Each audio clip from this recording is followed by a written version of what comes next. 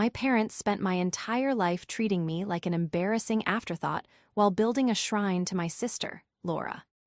But when they tried to use my failure as a punchline at my father's retirement party, they didn't realize the unemployed daughter they were mocking had just acquired their biggest client. This is where the story truly begins, and you won't want to miss what happens. Make sure you're subscribed to see it through to the end. We're always curious. Where in the world are you all watching from today? Let us know in the comments. The betrayal didn't happen in a boardroom or during a shouting match. It happened on a Tuesday afternoon, while I was lying in the dark with a migraine that felt like a railroad spike was being slowly driven through my left temple. I was physically shattered. The last 3 months had been a blur of 18-hour days, sleeping under my desk, and eating vending machine crackers while my team and I finalized the code for Sentinel's 2 rollout. We were days away from the public announcement that would change the cybersecurity landscape forever. But right then, I was just a woman in sweatpants trying not to vomit from exhaustion. My phone buzzed on the nightstand. The screen illuminated the dark room, piercing my eyes. It was my mother, Paige. I hesitated. Calls from Paige were rarely inquiries about my well-being. They were usually logistical commands or updates on the wonderful, sparkly life of my younger sister, Laura. But, being the daughter who still desperately craved a scrap of affection, I answered. "Hello," my voice cracked, dry and weak. "Jane, finally," Paige's voice was sharp, cutting through the fog in my head. There was no hello, no how are you, just immediate irritation. "I've been trying to reach you for an hour. We need to finalize the seating chart for your father's retirement gala this weekend." I rubbed my temple, closing my eyes. "Mom, I'm really not feeling well. I think I have the flu or something. Can we do this later?" "Don't be dramatic, Jane," she sighed, the sound of a heavy bracelet clinking against a table audible in the background. "It's always something with you. Sensitivity is a luxury, and frankly, we don't have time for it. Look, we had to make some adjustments. Since the guest list has expanded, Edward's partners are bringing the senior stakeholders we need to move you." I sat up slowly, the room spinning. Move me to where?" "To the overflow table," she said, as casually as if she were commenting on the weather. "Table 19. It's near the kitchen entrance. It's actually better for you, really. You won't have to worry about making conversation with the investors. You know how awkward you get when people ask about, well, whatever it is you're doing these days." My stomach turned. Table 19. The kids' table, the vendor table. "Mom," I said, trying to keep my voice steady. "I'm 29 years old. You're sitting me next to the kitchen." "It's not about age, Jane, it's about status," she snapped, her patience evaporating. "This night is about Edward's legacy. It's about success. Laura is sitting at the head table with us because she represents the future of this family. She just got that promotion to senior marketing associate, and she's bringing her fiancé, the doctor. It looks cohesive. You sitting there alone in your off-the-rack dress, explaining that you're freelancing or whatever euphemism you're using for unemployment. It distracts." I felt a coldness spread through my chest that had nothing to do with my fever. I never said I was unemployed. I said I was building something. Yes, your computer projects." She dismissed it entirely. "Look, there's one more thing. Since you're at table 19, could you keep an eye on the gift table? Just make sure the envelopes make it into the box. We don't want to hire security for inside the venue." Silence hung heavy on the line. They didn't just want to hide me, they wanted to use me as unpaid labor. "Actually," Paige continued, her tone softening into that fake, sickly sweet register she used when she knew she was crossing a line but didn't care. "Speaking of envelopes, your father and I decided to liquidate that small savings bond Grandma left for you. You know, the one for a rainy day." My heart hammered against my ribs. That bond wasn't huge, maybe $5,000, but Grandma had given it to me specifically because she knew my parents favored Laura. She had whispered to me, "For when you need to get away." "You did what?" I whispered. "You can't cash that, it's in my name." "Well, we had power of attorney from when you were in college, and we never really revoked it, did we?" She breezed past the legality. We needed the cash flow to put the deposit down on a new Tesla for Laura. It's her reward for the promotion. We figured you wouldn't mind, seeing as you don't really have any expenses living in that tiny apartment. You're always saying you don't need much. The room went silent. The migraine vanished, replaced by a clarity so sharp it felt like a blade. They stole from me. They stole my grandmother's safety net to buy my sister a luxury car she didn't need. Jane, are you there? I'm here, I said, my voice sounding strange to my own ears. It was hollow, devoid of the usual pleading tone I took with her. Good, so table 19. Saturday, 6:00 p.m. sharp. Don't be late and please buy a new dress. Something that doesn't look like you found it at a thrift store. She hung up. I sat there in the dark, phone in hand, listening to the silence of my tiny apartment, which was actually the penthouse of the building I owned. The betrayal wasn't just the money. It was the absolute erasure of my existence as a human being worthy of respect. It was worse than the diagnosis itself. The next 3 days were a test of willpower I wasn't sure I could pass. My instinct was to scream, to drive over to their sprawling suburban estate and demand my money back, to shake them until they actually saw me. But I didn't. I went into the office. I walked into Sentinel's headquarters, a sleek, converted industrial warehouse in the city center, and felt the hum of activity that usually grounded me. But today, I felt like a ghost in my own company. Jane, you okay? I looked up to see David, my COO, and one of the few people who knew the truth about my family dynamics. He was holding a tablet, looking concerned. I'm fine, I lied, pouring a black coffee with a shaking hand. Just family stuff. The retirement party. Yeah, apparently I'm security detail for the gift table, I said, a bitter laugh escaping my lips. And they cashed Grandma's bond to buy Laura a Tesla. David's eyes widened. You're kidding. Jane, you have to tell them. You're about to be on the cover of Wired. You just closed a $20 million Series B round. Why are you letting them treat you like a vagrant?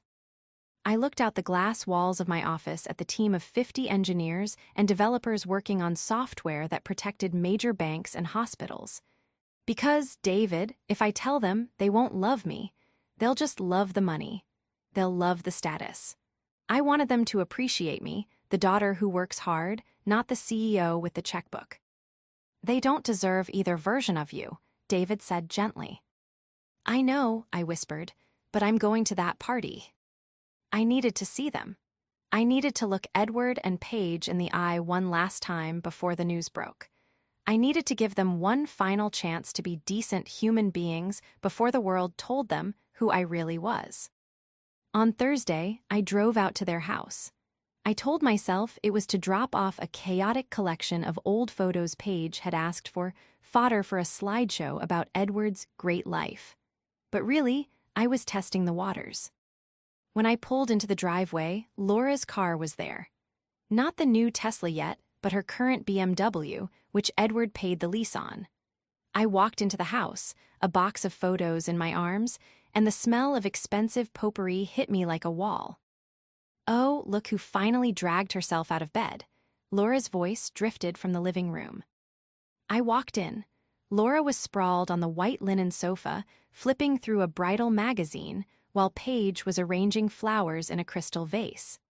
Edward was sitting in his leather armchair, swirling a glass of scotch. Hi, I said, setting the box down. Here are the pictures. You look tired, Jane, Edward said, not looking up from his glass. Dark circles. You really should take better care of yourself. It's hard to find a husband when you look exhausted. I've been working, Dad, I said, keeping my tone neutral. Doing what? Laura chimed in, smirking. Fixing people's Wi-Fi. Edward chuckled. Now, Laura, be nice. Honest work is honest work, even if it's small scale. I just don't want her to embarrass us on Saturday, Laura said, looking me up and down with genuine disdain. I invited the Turners, and their son is single. If Jane shows up looking like a drowned rat and talking about her startup ideas, he's going to run for the hills. I'm not looking for a husband, Laura, I said, feeling that familiar constriction in my throat. And my company is doing fine. Company, Paige scoffed, jamming a hydrangea into the vase with unnecessary force. Jane, honey, you sell troubleshooting services online. Let's call a spade a spade. It's a gig. It's not a career. Look at your sister. She's managing campaigns for major regional brands. That is a career. I looked at Laura. She was 26, 3 years younger than me. She had never paid a bill in her life. Her job was obtained because Edward played golf with the agency owner. Her condo was bought by Paige. Her car was leased by Edward. She was a hollow shell painted gold. I'm happy for you, Laura, I said, the lie tasting like ash. You should be, Laura replied, flippin'. Gia Paige. Mom said you were upset about the bond. Honestly, Jane, don't be so selfish. I needed a reliable car for work. You barely leave your apartment. What were you going to spend it on? Cat food. The cruelty was so casual, so practiced. They fed off it. It bonded them. I was the common enemy, the loser they could all feel superior to. I looked at my father, waiting for him to intervene, to say that stealing my money was wrong. He just took a sip of his scotch and stared at the fireplace. Just make sure you wear heels on Saturday, Edward grunted. You look short in flats. I nodded slowly. I picked up my purse. I realized then that there was no saving this. There was no conversation that would fix their perception of me. I'll wear heels, I said, turning to the door, and I'll bring a gift. Don't bother, Laura called out. We know you can't afford anything good. Just make sure the card doesn't have a glitter bomb in it. As I walked to my car, my modest 4-year-old sedan that I kept specifically to avoid questions, I felt a strange calm settle over me. They thought they were dealing with Jane the failure, Jane the backup plan, Jane the sensitive doormat. But they had forgotten one crucial thing. They had forgotten that for the last 5 years, while they were busy patting themselves on the back, I had been building the very technology that Edward's investment firm had just signed a massive contract to secure. They didn't know who they were really inviting to dinner. To understand why I stayed silent for so long, you have to understand the ecosystem of my family. I wasn't just the black sheep, I was the practice run. When I was born, Edward and Paige were young and struggling. They were stressed, impatient, and inexperienced. I was a colicky baby, a shy toddler, a sensitive child who cried when people raised their voices. To them, my tears were a sign of a defect. Too sensitive, my father would say, shaking his head when I came home crying because of a bully. She's too soft for this world. By the time Laura was born 3 years later, Edward's career had taken off. They had money, they had patience, and Laura was different. She was loud, demanding, and charismatic. She learned early that if she smiled and performed, she got rewards. If I cried, I got sent to my room. The dynamic calcified quickly. Laura was the golden child, the sun around which our family orbited. I was the scapegoat, the emotional dumping ground. When I got straight A's, it was expected. When Laura got a C, they hired private tutors at $100 an hour and blamed the teacher. When I wanted to go to a robotics camp, they said it was too expensive. 2 weeks later, they took Laura to Disneyland because she had a hard semester. I learned to stop asking. I learned to stop showing them my achievements. When I got a full scholarship to a state university for computer science, they shrugged and said, "Well, it's not Ivy League, but it's good that it's free so we can focus on Laura's tuition." Laura, of course, went to a private liberal arts college that cost $60,000 a year, where she majored in communications and spent 4 years partying. I worked 3 jobs in college. I worked in the library, I fixed laptops for cash, and I interned at a data center on the graveyard shift. I learned to survive on 4 hours of sleep. I learned that no one was coming to save me. And that brings us to Laura in the present day. If you saw Laura on the street, you'd think she was perfect. She was undeniably beautiful, blonde highlights maintained every 6 weeks, Pilates-toned body, designer clothes that fit just right. She had mastered the art of the influencer personality. She was bubbly and effusive with strangers, radiating a warmth that felt genuine until you tried to get close to it and realized it was just a ring light reflection. But beneath the polish was a rod of deep, gnawing insecurity. Laura couldn't handle anyone else shining. If a cousin got engaged, Laura would announce a promotion. If I got a new haircut, Laura would make a comment about how brave I was to try something so retro. She needed me to be beneath her. My failure was the foundation of her confidence. The Friday before the party, the final piece of the puzzle clicked into place. I was at my office, reviewing the guest list for the retirement gala that my assistant had pulled, public record, technically, since it was a corporate event. I saw the name, Aunt Megan. My breath hitched. Aunt Megan was Edward's younger sister. She had been excommunicated from the family 10 years ago for calling Paige a narcissistic enabler at Thanksgiving dinner. I hadn't seen her since I was 19. I picked up my office phone. Get me the contact info for Megan Miller in Chicago, now. 20 minutes later, I was on the phone with her. Jane, her voice was gruff, smoky, but surprised. Is that really you? It's me, Aunt Megan. Well, I'll be damned. I thought you fell off the face of the earth, or that your mother finally locked you in the attic. Close, I laughed, and it felt good to laugh. I saw you're coming to the gala. I am, she said, her tone hardening. Your father sent me an invitation. I think he wants to show off. Wants me to see his kingdom before he rides off into the sunset. I was planning on skipping it, sending a dead plant or something. Don't skip it, I said, my voice dropping. I need you there. Why? So I can watch them parade Laura around like a show pony and treat you like the hired help. I don't think my blood pressure can take it, kid. No, I said, because I need someone to hold the newspaper. The what? I'm going to send you a file, Aunt Megan. It's an article.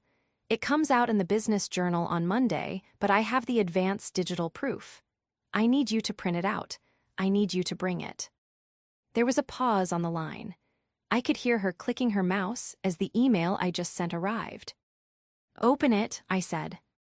I waited 10 seconds, 20. Then a sharp intake of breath. Holy, Jane, is this real? It's real. 20 million, she gasped. Sentinel, that's you. That's me. And Edward doesn't know, Paige, Laura. They think I fix Wi-Fi. A low, deep chuckle started in Aunt Megan's throat. It grew into a full-blown cackle of delight. Oh, this is rich. This is delicious. You want me to bring this? I want you to wait for the right moment. You'll know when. Honey, Aunt Megan said, I wouldn't miss this for the world. I'll see you at table 19. I hung up the phone. The pieces were set. The antagonist was confident, the allies were armed, and the stage was a ballroom filled with people who thought they knew everything. Laura, Paige, and Edward had spent a lifetime constructing a reality where they were the kings and queens and I was the peasant. They loved that reality. They protected it fiercely. But reality has a nasty habit of crashing down when you build it on lies, and I was about to bring the wrecking ball. Saturday arrived with a sky the color of a bruised plum, threatening rain that never quite fell. I stood in front of the full-length mirror in my penthouse bedroom, staring at a version of myself my parents had never seen. Paige had told me to buy a new dress. She had specified something that didn't look like a thrift store find. So I obliged. I was wearing a sheath dress made of midnight blue silk, tailored specifically for my measurements in Milan during a tech summit last autumn. To the untrained eye like my mother's, it was just a simple, dark dress. Modest, unassuming. But to anyone who knew quality, the drape of the fabric and the hand-stitching whispered of quiet, immense power. It was armor. I paired it with simple diamond studs, real ones, not the cubic zirconia Laura usually mocked, and pulled my hair back into a severe, elegant chignon. I wasn't dressing to compete with Laura's inevitable sequins. I was dressing for a funeral. The funeral of their delusions. Before I left, I opened my laptop one last time.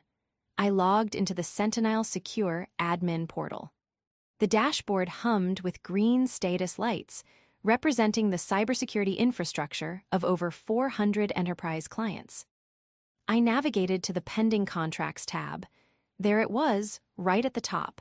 Miller and Associates Enterprise Security Overhaul. My father's firm. I clicked on the file details. Edward, or rather, his CTO, had signed the contract 3 days ago. They were terrified of a recent data breach in their sector and had come to Sentinel begging for our proprietary encryption. They had signed a 7-figure implementation deal.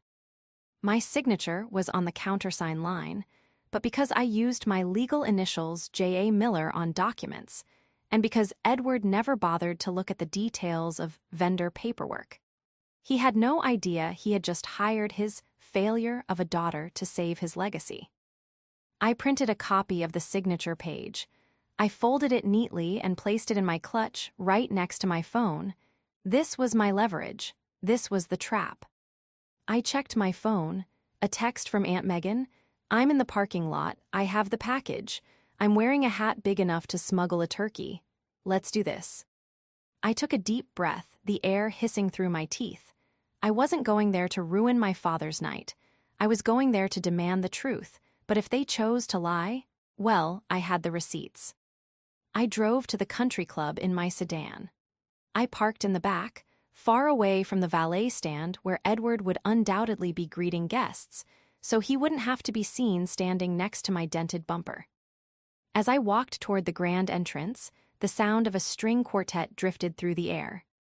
The venue was opulent, gold leaf trim, crystal chandeliers the size of small cars, and massive floral arrangements that probably cost more than my college tuition.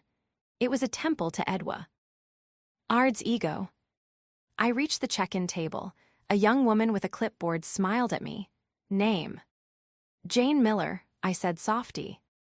Her finger scrolled down the list. She paused. She frowned. She flipped a page. Oh, she said, her voice dropping an octave. Right, yes, table 19. It's through the main doors, take a sharp left, and it's tucked behind the pillar near the service corridor. Thank you, I said, keeping my face impassive.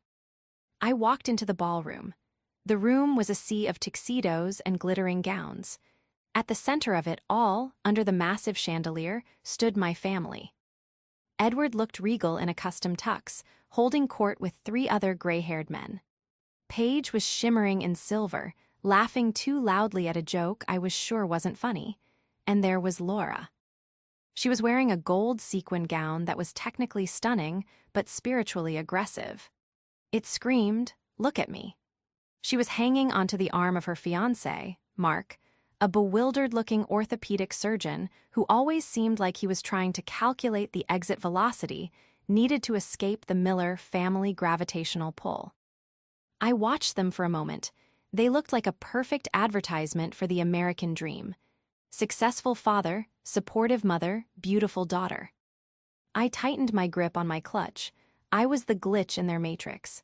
And tonight, the system was going to crash. I made my way to table 19. It was exactly as Paige had promised. It was a small, circular table shoved into a drafty corner next to the double doors that swung open every 30 seconds to reveal waiters carrying trays of dirty dishes.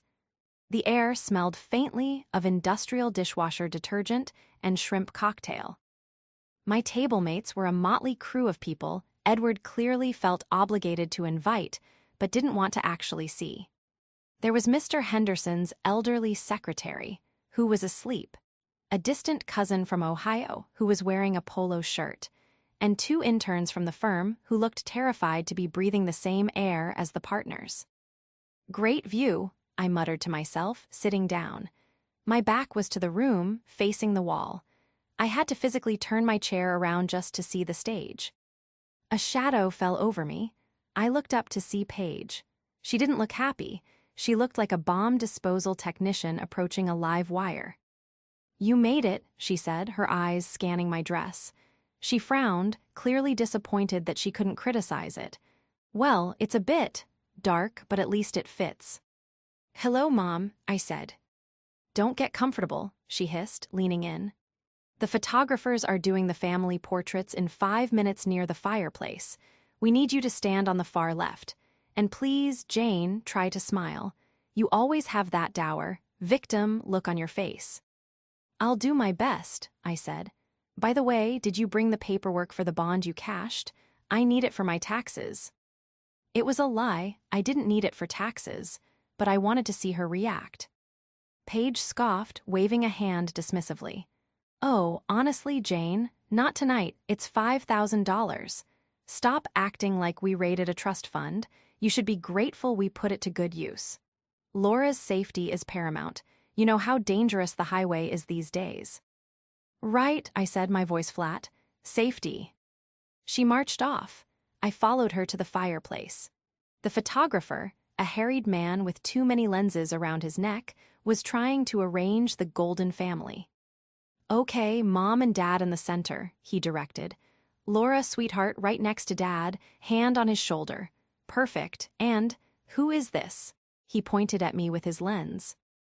That's the other one, Laura said, flashing a blinding veneers white smile. Just put her on the end. Maybe crop her if it's too wide. She laughed, Paige laughed. Edward chuckled. I stood on the end. I didn't smile. I looked directly into the lens with a gaze that could strip paint. As the flash went off, a man approached the group. It was Mr. Henderson, the senior partner of the firm. He was a legend in the industry, a man Edward had spent 30 years trying to impress. Edward, Mr. Henderson boomed, shaking my father's hand. Magnificent party, truly.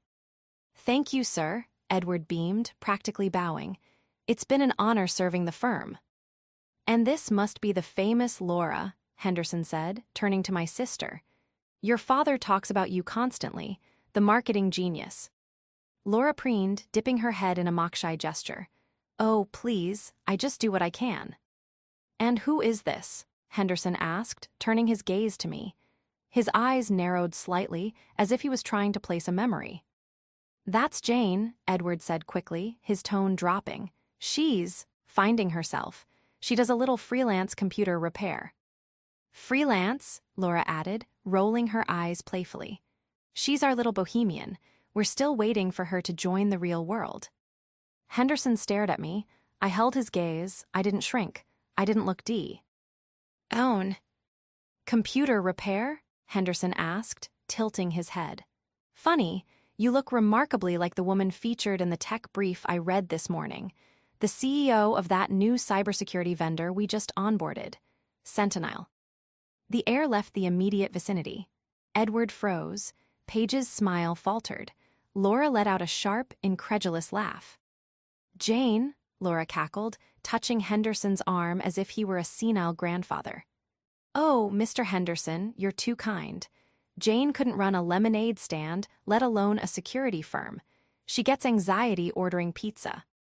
It must be a doppelganger, Edward said smoothly, stepping between us. Jane isn't involved in high-level business. She's very sensitive. The stress would kill her. Actually, I said. My voice wasn't loud, but it cut through the chatter like a razor. Everyone froze.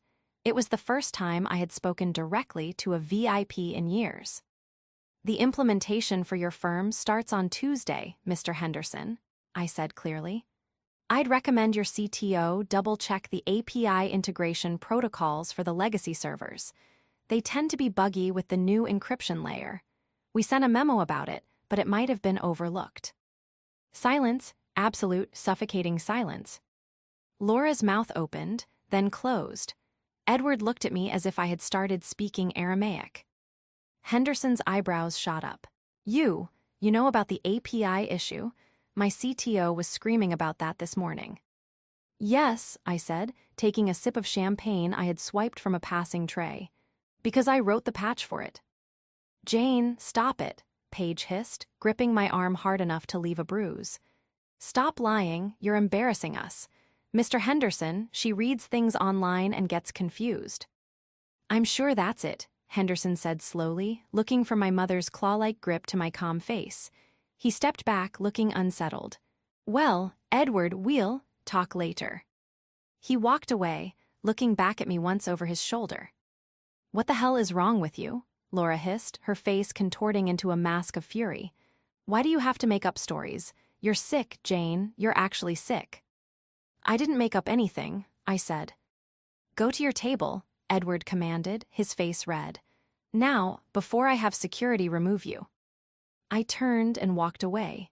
As I headed back to the kitchen exile, I saw Aunt Megan entering the ballroom.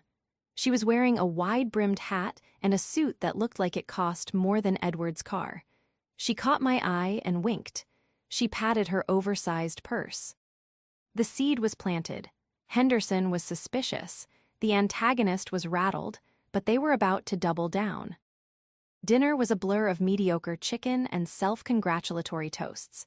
I sat at table 19, ignoring the interns who were whispering about how terrifying my father looked. I kept my phone on the table, watching the group chat with my dev team. They were currently popping champagne in the office, celebrating the successful beta test. I should have been there. I should have been surrounded by people who respected me. Instead, I was watching my family prepare to publicly execute my character. The lights dimmed. A spotlight hit the stage. Edward walked up to the microphone, basking in the applause. "Thank you," he boomed. "Thank you all, 30 years, it's a long time." He went on for 20 minutes about loyalty, hard work, and legacy. He thanked his partners. He thanked Paige for keeping the home fires burning. And then he turned to Laura. "You know," Edward said, his voice getting thick with emotion, "a man works for his family. He builds a legacy not for himself, but for the next generation. And when I look at my daughter, Laura..." The spotlight swung to Laura, who dabbed at dry eyes with a napkin. "I see the future," Edward continued. "She has the drive, the spirit, and the integrity that I always hoped to instill. She is the shining star of the Miller name. Laura, come up here." Laura floated up to the stage. She took the mic. She looked beautiful, radiant, and completely toxic. "Oh, Daddy," she gushed, "you're making me cry." She laughed, a tinkling, practiced sound. "You know, growing up, my dad taught me that if you want something, you have to earn it. We didn't get handouts in this family." At table 19, I audibly choked on my water. The intern next to me patted my back. "We worked," Laura continued, her eyes scanning the room. "And that's why I'm so proud to buy my own way in this world. Unlike, well, we all have our crosses to bear." The room went quiet. She was going off script. She was looking for a target. She was looking for me. "My sister Jane is here tonight," Laura said, her voice taking on that sickly sweet pity tone. "Where are you, Janie?" Table 19. Heads turned. People squinted into the darkness of the back corner. I felt the heat rise in my cheeks. "Jane has always been different," Laura sighed. "Struggling to find her path, struggling to hold down a job, and sometimes it's hard for me, you know, to succeed when she's flailing. But Dad, you taught me to be generous. That's why I'm so happy that we, as a family, could help her out again this month. We had to cover some bills, but hey, that's what family is for, right?" She was lying. She was projecting the theft of the bond onto me. She was claiming they paid my bills. "So, in honor of Dad," Laura said, raising her glass, "I'm announcing that I've used my bonus, my hard-earned bonus, to finally pay off the rest of Jane's student loans. Surprise, Jane, you're debt-free." The room erupted in applause. People were wiping tears. "What a saint," someone whispered near me. I sat there, frozen. My student loans? I had paid those off 5 years ago with my first dividend check. She was fabricating an entire reality where she was the savior and I was the charity case. It was a masterstroke of humiliation. If I denied it, I looked ungrateful. If I accepted it, I admitted to being a failure. Laura beamed on stage, soaking in the adoration. She had won. She had cemented the narrative. But she had made one fatal error. She had made it about money, and she had made it public. I stood up. I didn't mean to. It was a reflex. The chair scraped loudly against the floor. "Sit down," Paige mouthed from the head table, her eyes wide with panic. I didn't sit. I started walking. Not toward the exit, but toward the stage. The applause died down. A murmur rippled through the crowd. Laura's smile faltered. Jane, she said into the mic, her voice echoing. Jane, sit down, you're making a scene, you're drunk. I'm not drunk, I said. My voice wasn't amplified, but in the sudden silence of the ballroom, it carried. And I'm not debt-free because of you, Laura. I paid my loans off in 2019. Oh, stop it, Laura laughed nervously. She gets confused, everyone, it's the, you know, she tapped her temple. And the bond, I continued, walking closer. I was 10 feet from the stage now. The bond Grandma left me. You didn't use it to pay my bills. You used it to put a deposit on a Tesla. A white Model Y license plate pending. Security, Edward shouted, standing up. Get her out of here. Two burly men in blazers started moving toward me from the sides of the room. She's lying, Laura shrieked, losing her composure. She's a pathological liar. She's jealous because I'm successful and she's a nobody. She's a broke, sensitive little loser who fixes laptops for cash. And is she? The voice boomed from the back of the room. It was deep, raspy, and loud. Everyone turned. Aunt Megan was standing on a chair at table 8. She was holding up a large, glossy magazine. It wasn't just a newspaper clipping. She had brought the entire advance copy of Business Journal. Megan, Edward gasped, his face draining of color. What are you doing here? I'm here to read the news, Eddie, Megan shouted. And the news says your loser daughter just bought your firm. What? Edward whispered. Megan threw the magazine. It fluttered through the air and landed on a guest's table. The man picked it up. Read the headline, Megan commanded. The man, a competitor of my father's, adjusted his glasses. He looked at the cover. He looked at me. He looked at Laura. It says, the man read, his voice projecting into the stunned silence. The Silent Titan, how Jane Miller built Sentinel into a $20 million cybersecurity empire in secret. Laura dropped the microphone. It hit the stage with a deafening screech of feedback. I stopped walking. I looked at my father. I looked at my mother. I looked at my sister. I don't fix laptops, I said, my voice calm, steady, and cold as ice. I own the company that secures them, and as of Monday, I own the contract that keeps this family fed. The silence that followed the screech of the microphone was heavy, suffocating, and absolute. It was the kind of silence that sucks the air out of a room, leaving everyone suspended in a vacuum of pure shock. I watched the magazine travel from the hands of my father's competitor to the person next to him, then to another. A murmur started to ripple through the crowd, low at first, then rising like a tide. 20 million, someone whispered. That's her, another voice said, sounding awestruck. That's the girl in the picture, the one standing right there. On stage, Laura stood frozen. Her mouth was slightly open, her hands trembling at her sides. The spotlight, which she had demanded be trained solely on her, now felt like an interrogation lamp exposing every crack in her flawless foundation. Edward was the first to move. He stumbled off the stage, nearly tripping on the steps, and rushed toward the table where the magazine lay. He grabbed it with frantic, clumsy hands. I watched him stare at the cover. I saw his eyes scan the text, desperate to find the word satire or fiction. He looked up at me. His face was a mask of confusion and terror. Jane, he croaked. Sentin. That's a vendor, a major vendor. It is, I said, my voice carrying clearly across the gap between us. It's the vendor you just signed a 7-figure contract with on Thursday, Dad. You didn't read the signature line, did you? J.A. Miller. No, he whispered. No, that's impossible. You fix Wi-Fi. It's a lie, Laura screamed. The sound tore through the room, shrill and desperate. She stomped her foot, her composure shattering like cheap glass. She pointed a manicured finger at me. She printed that? Laura yelled, grabbing the microphone stand again, though the mic was on the floor. She shouted to the room without amplification, her voice straining. She went to a print shop and made a fake magazine. She's sick. She's always been jealous of me. Don't believe her. The crowd looked uncomfortable. People were shifting in their seats, exchanging glances. Laura looked unhinged. It's not a fake, Laura. Aunt Megan's voice boomed from the back. She walked forward now, parting the crowd like the Red Sea. I bought a subscription. It's online right now. Google it, people. Jane Miller Sentinel. Go ahead. Hundreds of phones lit up simultaneously. The blue glow illuminated faces as guests began to scroll. "Oh my God," a woman near the front gasped. "It's true. Forbes did a piece on her last month too. The quiet disruptor.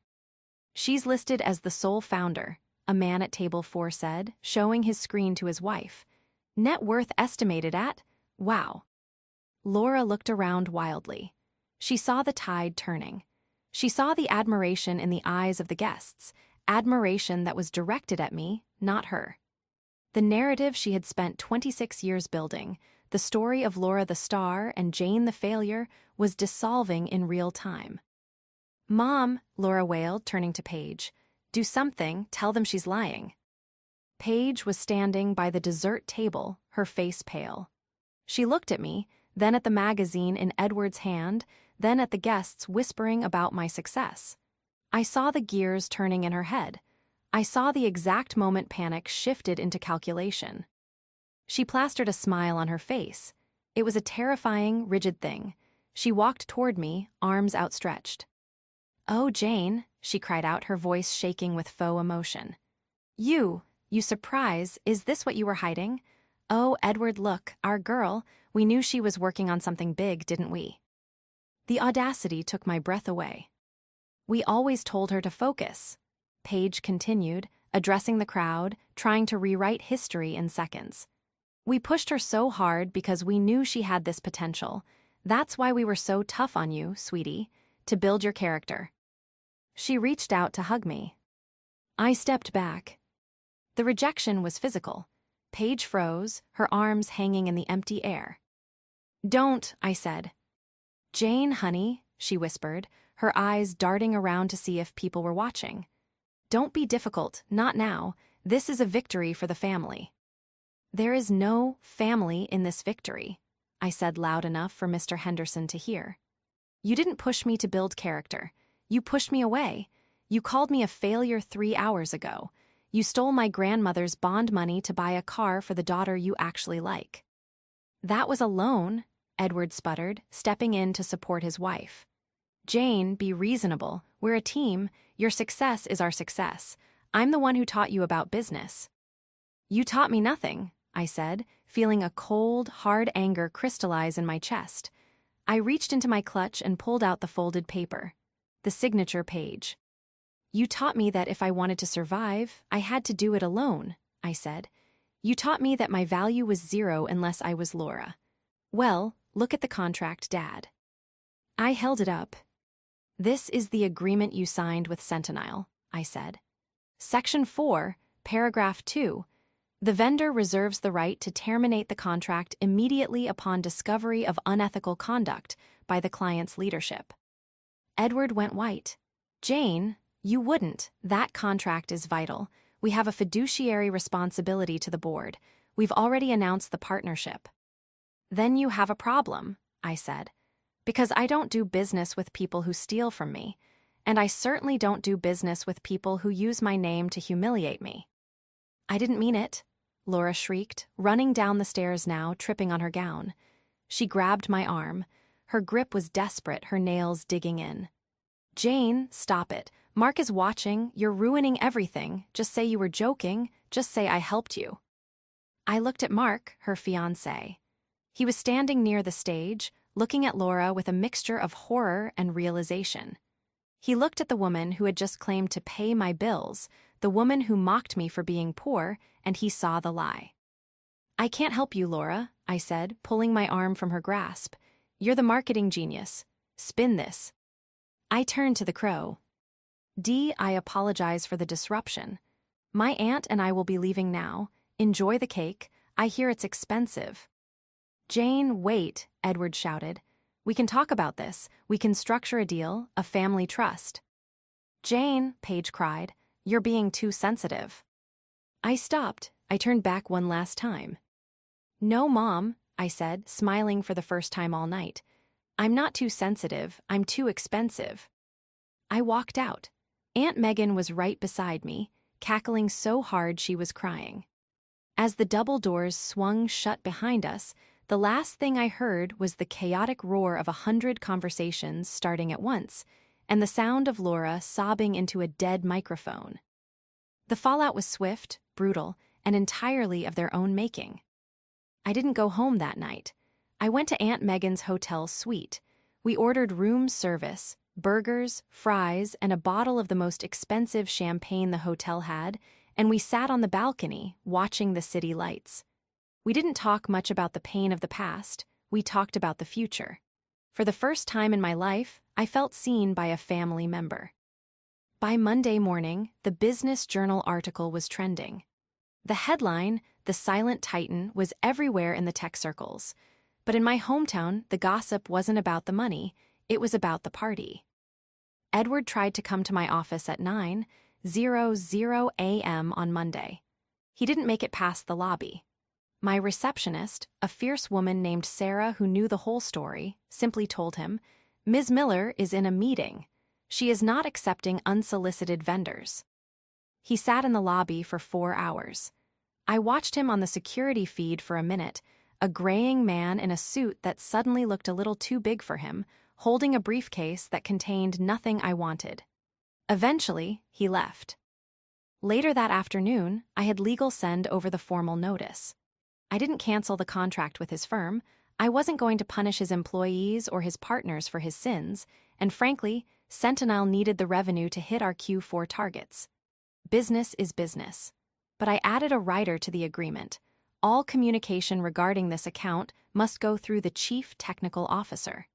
No direct contact with the CEO is permitted. It was a professional restraining order. The personal fallout was messier. Laura's fiancé, Mark, called off the engagement 3 days later. Apparently, watching his future wife scream lies into a microphone and then try to physically attack her sister was a red flag he couldn't ignore. Plus, once the golden child veneer cracked, other truths came out. He found out about the credit card debt she was hiding, the fact that Paige was paying her rent, and the lies she had told him about her career. Without Mark, and without this successful narrative, Laura spiraled. She tried to blast me on social media, posting long, tearful videos about how I had blindsided the family and ruined her father's moment. It backfired. The internet is a cruel place, but it's also good at digging up receipts. People found the article. They found her old posts mocking freelancers. The comments section turned into a roast of epic proportions. She deleted her accounts within 48 hours. 2 weeks after the party, I received a letter. It was a cashier's check for $5,000 plus interest. There was a note from Paige. "Jane, we are returning the bond money. We hope this clears up the misunderstanding. We would like to invite you to dinner this Sunday. Just us. No photographers. We want to get to know the real you. We are very proud. Love, Mom." I stared at the check. 5 years ago, that money would have saved me from hunger. 5 years ago, that note would have made me weep with gratitude. I would have run back to them, desperate to finally be proudly accepted. But I wasn't that girl anymore. I wasn't the backup plan. I took the check. I endorsed it. And I donated it to a scholarship fund for underprivileged girls entering STEM fields. I didn't reply to the note. I didn't go to dinner. I realized that they didn't want to know the real me. They wanted to know the CEO. They wanted access to the power I now held. If I went back, nothing would change. They would just find new ways to use me, new ways to minimize me to make themselves feel bigger. Only now they would do it with a smile while asking for loans. I chose peace instead. I kept in touch with Aunt Megan. In fact, I hired her as a consultant for our Chicago expansion. She was brilliant, sharp, and terrifying, exactly what we needed. 6 months later, I was walking into a gala. This time, it was my gala. Sentinel was celebrating the IPO. I was wearing a dress I chose, surrounded by people I respected, standing on a stage I had built with my own 2 hands. I looked out at the crowd. I saw my team. I saw Aunt Megan raising a glass in the front row. I saw the future I had fought for. I thought about table 19. I thought about the years of being told I was too sensitive. V. I smiled. They were right. I was sensitive. I was sensitive enough to notice the details they missed. I was sensitive enough to build a system that detected threats before they struck. I was sensitive enough to know when I was being lied to. My sensitivity wasn't a weakness. It was the code that rewrote my life. And as the applause washed over me, real and earned, I knew one thing for sure. The backup plan had officially taken the lead.